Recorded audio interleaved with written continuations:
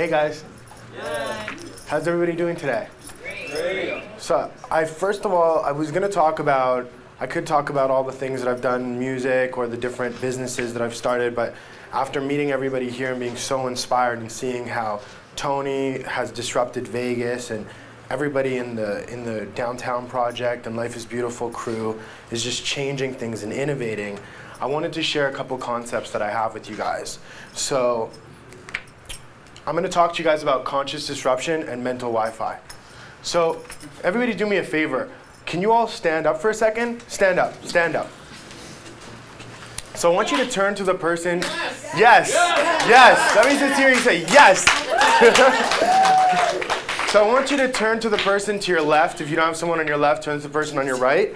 And before you tell them what the most disruptive thing you've done is, let's define the word disruption. Let's just say innovation or changing or breaking the status quo. So I want you to turn to the person to your left, tell them what the most disruptive thing you've ever done when I say go, and then when I say switch, the other person's going to do the same thing, okay?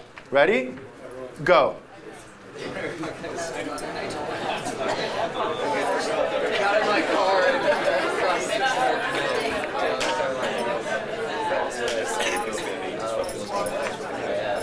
Okay, switch. Switch.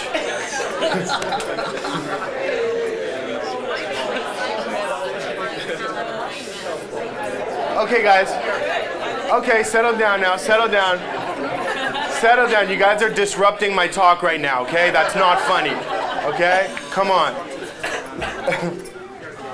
So, what you guys are doing is you're consciously talking about your disruption, and we're going to get back to that. We'll track back to that. I'll tell you guys a little bit about me and my story, why I'm so inspired by disruption, other than the fact that when I was in elementary school, starting grade 3, I started getting kicked out of schools for being disruptive. Like, you know, Ashley saw on my tour, you know, I like to engage people and make them laugh. And at age 12, my father decided to consciously disrupt my life by telling me, figure it out. Figure out how you're going to buy clothes, how you're going to do anything for the rest of your life. So I literally went from Mickey Mouse clothes to adult clothes that I had to buy myself. So I started doing business. I started creating businesses and selling bubble gum and doing whatever I could to create businesses. Moved to age 17 before I was even legal drinking age. I had a promotion business in the club industry, which I sold because it was a very sketchy industry. And I sold my first business, and I thought I was a rock star, so I started my second business, a record label with Universal Distribution. And that really went well because we made $500,000, but then I lost it all reinvesting in the artist by following standard business practices. I forgot to be disruptive. So I went bankrupt at age 22, completely bankrupt. I remember my dad, that was the only thing he did pay for. He's like, I'm going to pay for the bankruptcy lawyers, ha ha ha. And so there I was, 22. I was ready to quit the music industry forever. I was done. We'll get back to my story a little bit later. I want you guys to do another thing. Can you all stand up again? Stand up for me. Stand up. So I want you to do something really simple right now. I want you to imagine you just got out of the shower. It's kind of sexy. And I want you to have a towel in your hand and dry yourself off like you do when you finish a shower right now. Everybody do it. I see you, Ashley. Shake. Shake. Do whatever it is you do. So if you guys noticed, if you guys are examining how you dry yourself off with that towel, okay, it's something that we've been doing for our whole life, except for somebody I saw was a little bit stinky. I don't know if they showered. But like, we never consciously think about how we dry ourselves off. That's such a simple thing, right? So imagine if we consciously think about the things that we actually do in our businesses, which we don't. So what I want you guys to do is not become that towel, okay? So I'll tell you guys about my story part 2. You can all sit down. You know, yeah, exactly, disrupted. So moving on, I, you know, kind of got out of my depression of bankrupting my business, and I was approached by a few different companies. Luckily, I had paid it forward and done a lot of free work as well. And you know, I had the largest video game company in the world trying to hire me to run their music, a new music division they were starting. And I was really excited. I was so interested because I was like, yeah, I get to leave the music industry but still be in it and do something fun. But then they wanted to own all the content that I had because I had a lot of content as well. And I was like, no. So I had this choice between doing that or moving to Los Angeles and disrupting my own life and starting a new business with a producer named Circuit, my best friend and business partner, and creating this company called Dream Machine. Me, Circuit, and AG created together.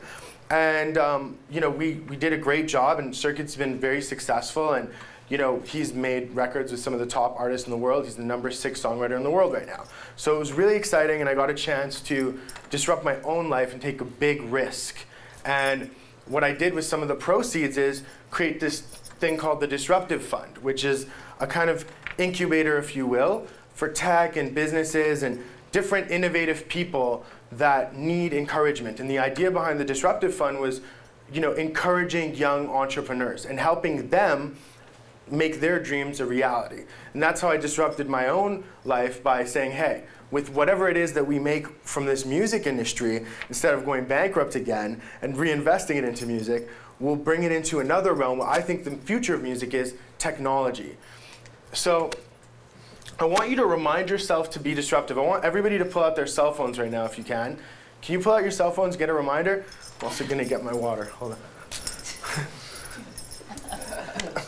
So I want you to make a recurring reminder, everybody here in the room today. I want that reminder to say, am I doing this consciously? Am I doing the thing that will have the most impact? Please put that in your phone, 9 a.m. every morning. And I want you to remember that. I want you to think about that each and every day for the rest of your life. Now we're going to talk about a little something else that I developed called mental Wi-Fi. And it's really not my thing, it's all of our thing. Okay? We're all connected. Have you ever noticed that people who are very, very successful and very positive continue to perpetuate positivity? He's got an amazing relationship. This is going well. That's going well in their life. People that are very negative and that seem to not have a lot of abundance in their life seem to perpetuate that as well.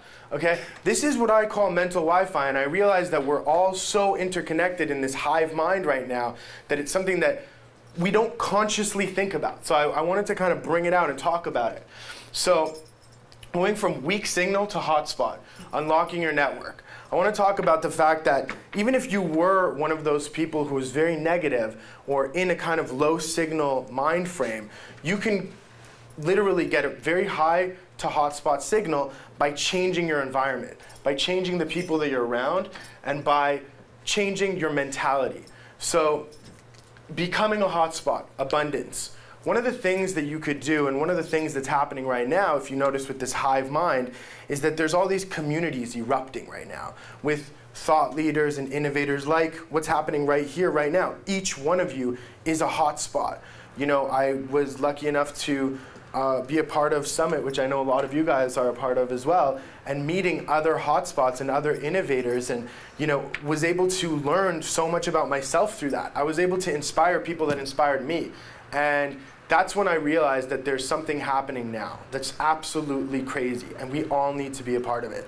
So what I want you to know is that this is why I wanted to share this stuff with you guys. When, you know, Tony chose to disrupt Vegas, you guys chose to disrupt our lives by inviting us out here, and we're all choosing to consciously disrupt each other by sharing our ideas, sharing our experiences, sharing our businesses with each other. So to kind of tie it all back together, I wanted to share that with you and, you know, let you guys know it's kind of like that quote, I forget who said it, but it's about a candle doesn't lose any of its light by lighting another candle.